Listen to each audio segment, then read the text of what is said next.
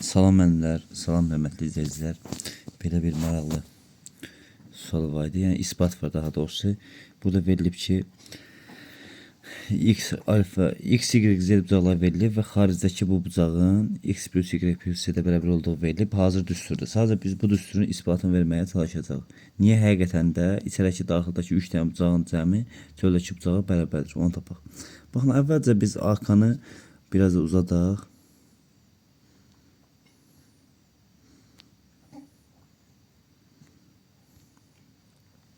Arkanı uzatıb, tutaq ki, bura olsun məsəl üçün T nöqtəsi.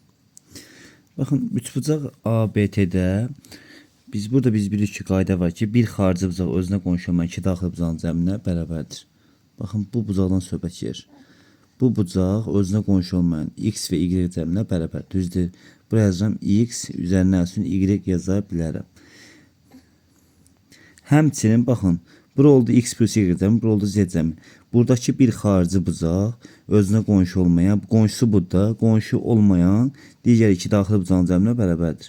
Odur ki, x plus y və buradakı z-in cəminə bərabərdir. Həqiqətən də ispat olundu. Yəni sadəcə nədən istifadə edilir? Bir xarici bucaq özünə qonşu olmayan iki daxili bucağın cəminə bərabərdir. Ondan istifadə edib tapdıq.